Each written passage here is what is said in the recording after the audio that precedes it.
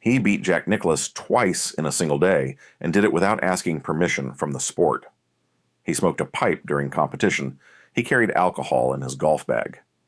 He wore short trousers when tradition demanded restraint, and he ignored image, etiquette, and expectation, yet kept winning.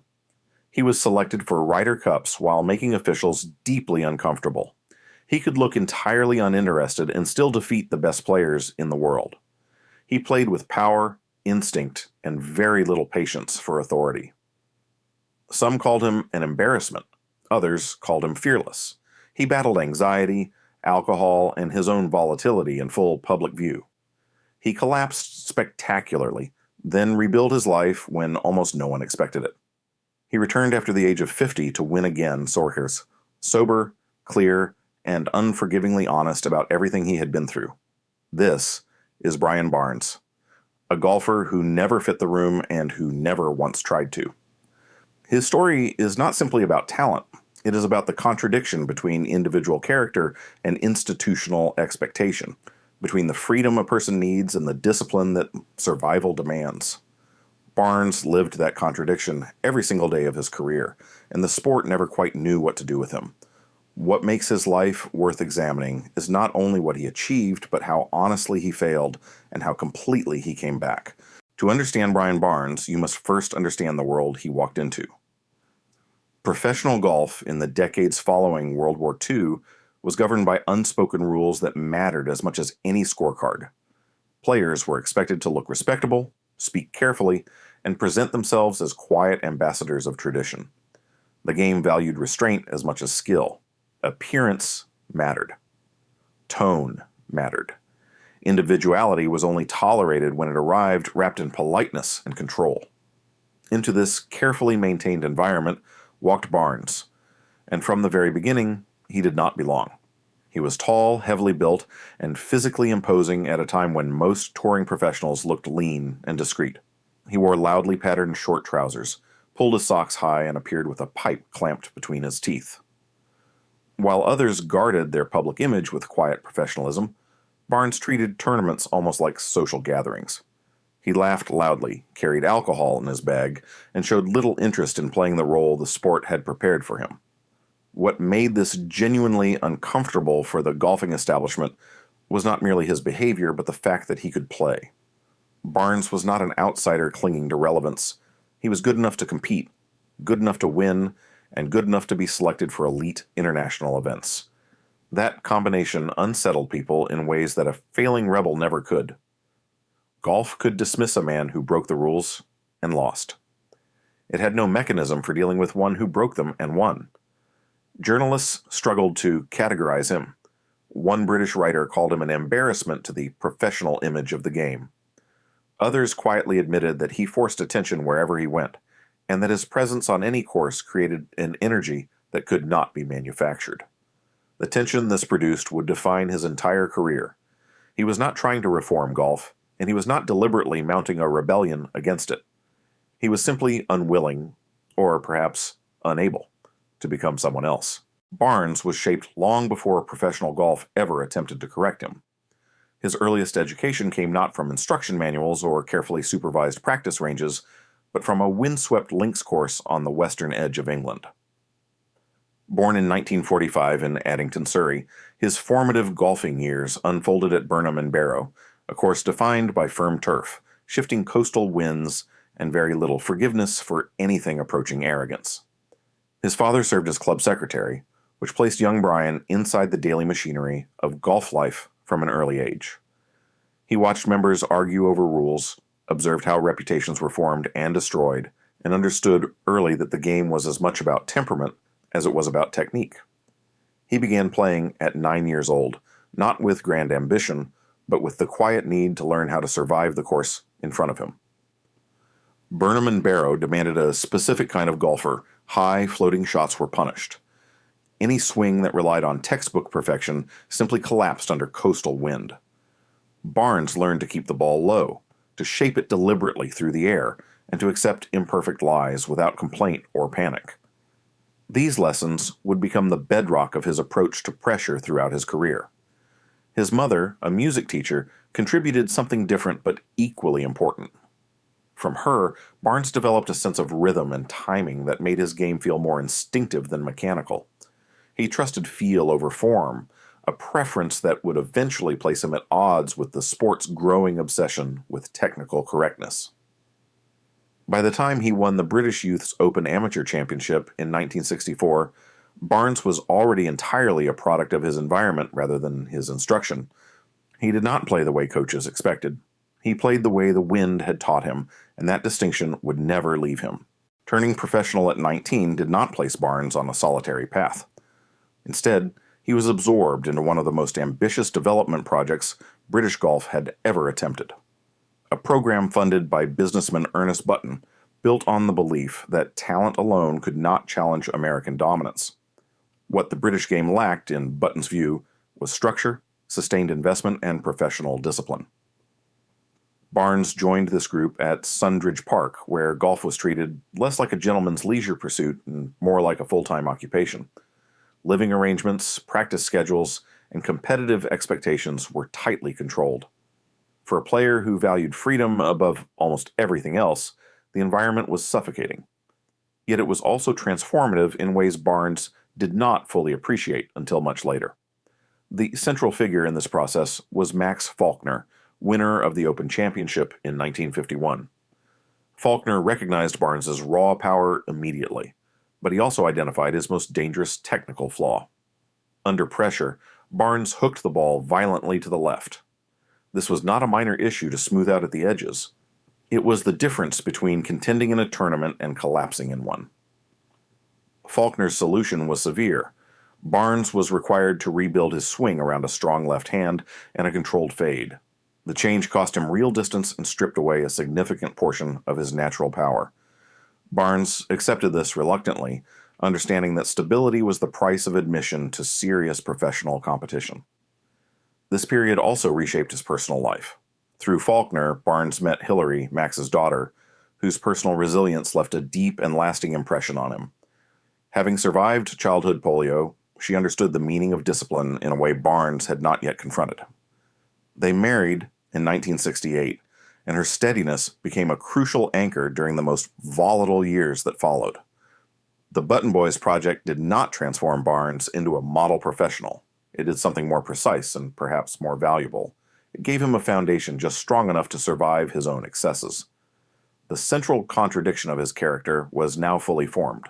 He was a man who resisted control at every turn, yet quietly depended on it to hold himself together. His entire career would be shaped by that uneasy and sometimes devastating balance. The defining moment of Brian Barnes's career arrived not through a trophy, but through a confrontation that exposed precisely where genuine courage lives. It occurred at the Ryder Cup held at Laurel Valley in 1975 on American soil against the most intimidating opponent professional golf had ever produced. Jack Nicklaus at that point in history was not simply a champion, he was the standard against which all other champions were measured. His presence alone altered the psychology of opponents, the reactions of crowds, and the momentum of matches before a single shot had been struck. Many golfers entered contests with Nicklaus already half defeated by the weight of his reputation. Barnes did not. On Sunday morning, Barnes faced Nicklaus in the singles matches. The contest was direct and physical, and it was controlled unexpectedly and completely by the Scotsman. Barnes shaped his shots with deliberate precision, avoided costly mistakes, and closed the match 4-2. The result stunned the crowd and visibly unsettled the American team. What followed was something the Ryder Cup had never seen before. Nicklaus, deeply irritated by the loss, approached his captain and requested a second match against Barnes that same afternoon. Permission was granted. Before the second match began, Nicklaus walked directly to Barnes and said plainly, "You've beaten me once, but you won't beat me again." Nicklaus opened aggressively, won the early holes, and asserted the kind of dominance his reputation demanded. Barnes responded without visible urgency. He continued to smoke his pipe, played entirely within himself, and waited for the match to come back to him. Slowly it did. Barnes began holing putts. Nicklaus pressed harder. The mistakes appeared. Barnes closed the match 2-1. Though Great Britain and Ireland lost the Ryder Cup overall, The moment transcended the scoreline entirely. In the shared locker room afterward, Nicklaus's frustration was audible through the partition. Barnes later recalled climbing onto a chair and calling over to him, asking cheerfully whether everything was all right. The tension broke. Nicklaus laughed. That evening, the two families dined together. What remained after all of it was something rarer than victory. Barnes had demonstrated, in front of the golfing world, that even the most powerful figure the sport had ever produced could be beaten twice in a single day by someone who simply refused to be intimidated. It remains one of the most extraordinary individual performances in Ryder Cup history. As Barnes's reputation grew, so did the cost of living without restraint. What had once appeared to the outside world as harmless eccentricity gradually hardened into patterns that damaged both his career and his fundamental stability. Alcohol, which had begun as a social companion and a means of quieting pre-round nerves, became increasingly visible and increasingly central to his professional life. Barnes often began rounds with a bottle of orange juice mixed with vodka in his bag. He did not hide it, and he did not apologize for it. He later admitted in interviews that drinking silenced the noise inside his head. Without it, he said, the noise came back. That noise was anxiety, self-doubt, and the relentless pressure of performing in front of crowds he never fully trusted. The consequences became public and at times spectacular. At the French Open in 1968, after missing a simple putt on a short par 3, Barnes lost control entirely. He struck the ball repeatedly while it was still moving, accumulating penalty strokes and finishing the hole with a score of 15. The incident became shorthand in British golf circles for how rapidly his confidence could unravel. Further discipline issues followed. He was fined for remarks made about the governing body. On another occasion, he played a complete round using only one hand in open frustration with his own swing. He was disqualified from a tournament for arriving late to his starting time. Perhaps the single most infamous image came in 1982, when Barnes marked his ball on the final green with a can of beer before making the winning putt at the Scottish Professional Championship. The photograph circulated widely. To some observers, it was humorous defiance. To others, it was something closer to self-destruction performed in public. Barnes understood the contradiction better than anyone who watched from a distance.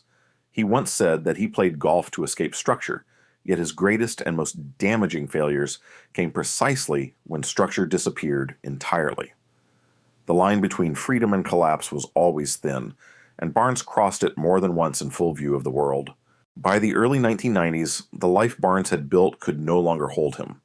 The habits that had once masked his anxiety now controlled it completely. Alcohol was no longer a companion at tournaments, but a daily requirement simply to function. He entered a period of severe depression, at times unable to leave his bed, and later acknowledged openly that he had contemplated ending his life. The confidence that had defined him so completely on the course had dissolved entirely away from it. The turning point came in 1993. Barnes made a decision that required more genuine courage than any Ryder Cup match he had ever played. He admitted he was no longer in control and voluntarily entered a rehabilitation clinic. The process was painful and humbling in ways that competition had never been. There was no audience, no applause, and no certainty that golf, or any version of his former life, would ever return. Throughout this period, his wife Hillary and their children remained at the center of his recovery. Barnes said afterward that without their insistence and patience, he would not have survived. Sobriety did not restore his career immediately, but it gave him something he had never fully possessed before: clarity. That clarity found its expression on the senior tour. In 1995, Barnes entered the Senior British Open at Royal Portrush, the same course where his father-in-law Max Faulkner had won the Open Championship decades earlier. He won the tournament after a tense playoff, a victory that felt less like triumph and more like reconciliation with everything his career had been. He defended the title the following year, becoming the first player ever to do so, and later added a Senior Open victory in Canada. This version of Barnes no longer relied on alcohol to perform. He relied on preparation and patience instead. His second career did not erase the past. It reframed it. He proved that recovery is not a withdrawal from competition, but an entirely different and harder way of entering it. Brian Barnes passed away in September 2019 after a long battle with cancer. He was 74 years old. Tributes from across the golfing world focused not on statistics or trophies, but on stories. Jack Nicklaus remembered him with warmth and genuine respect, describing a man who never flinched and never pretended to be someone he was not. Barnes left behind no school of instruction and no manifesto. His legacy was not technical, it was human. He demonstrated that excellence does not always arrive in polished form, that discipline and disorder can coexist within the same person, and that the possibility of redemption remains real even when almost nothing else does. That is why his story endures, not because he fit the sport, but because he never tried to.